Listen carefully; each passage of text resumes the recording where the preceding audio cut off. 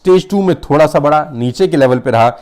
ये अगर किसी भी हालत में खुदा ना खास्ता बढ़ते बढ़ते मेडिकल फैसिलिटी की लाइन को क्रॉस कर गया, ये कर्व किसी भी हालत में मेडिकल फैसिलिटीज की लाइन को क्रॉस कर गया तो यहां संभालना मुमकिन नहीं, नामुमकिन हो जाएगा। 1 लाख वेंटिलेटर है हमारे देश के अंदर, 130 करोड़ की आबादी है। खुदा ना खास्ता 5% लोग इन्फेक्टेड हो गए तो 6.5 करोड़ इन्फेक्शन होते हैं। भगवान करे 90% लोग ठीक हो जाएं, 65 लाख लोगों को वेंटिलेटर का जरूरत पड़ा। We have only 1 lakh ventilator. 1 lakh ventilator हैं और 65 लाख लोगों को डालना है। सोचिए डॉक्टर के लिए कितनी बड़ी मुसीबत हो जाएगी, कितना बड़ा धर्म संकट होगा कि किसको डाले किसको नहीं डाले।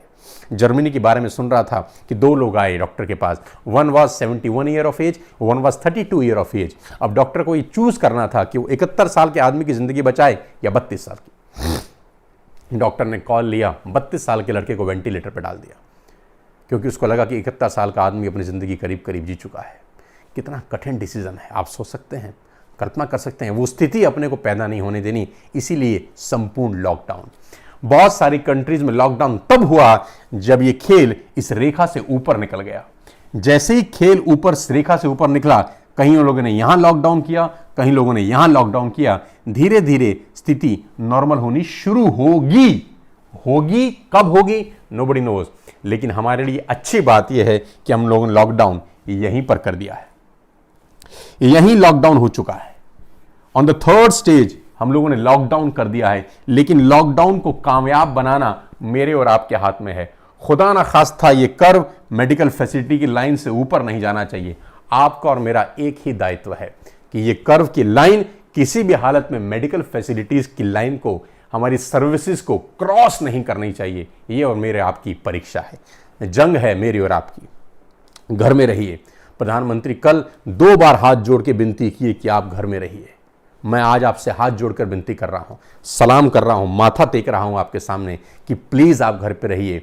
इस कर्व को हमको इस लाइन के ऊपर किसी भी हालत में पहुंचने नहीं देना, क्योंकि अगर एक बार ये कर्व इस मेडिकल फैसिलिटी की लाइन को क्रॉस किया तो स्थिति आपके और हमारे हाथ से, कंट्रोल से बाहर निकल जाएगी। और स्थितियां एक बार हाथ से फिसली तो संभालना बहुत मुश्किल हो जाएगा दोस्त। प्रधानमंत्री बोले अगर 21 दिन संभाल लिए तो बच गए, नहीं तो 21 साल पीछे हो जाएंगे। जान है तो जहान है।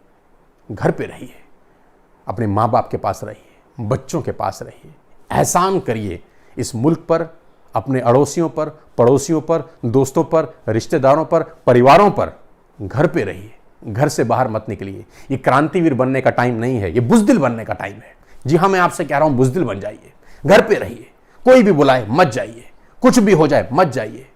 क्या हो जाएगा अगर 21 दिन घर पे रह जाएंगे? आफत तो नहीं आ जाएगी, मर तो नहीं जाएंगे घर के अंदर।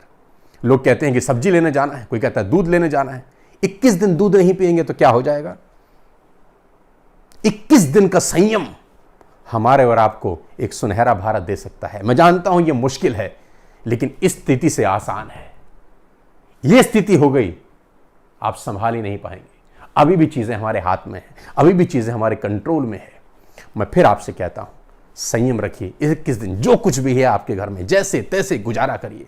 14 बरस का वनवास हुआ था भगवान राम को। 14 साल चाय नहीं मिली होगी, बर्गर नहीं मिले होंगे, पेस्ट्री और पिज्जा नहीं मिला होगा।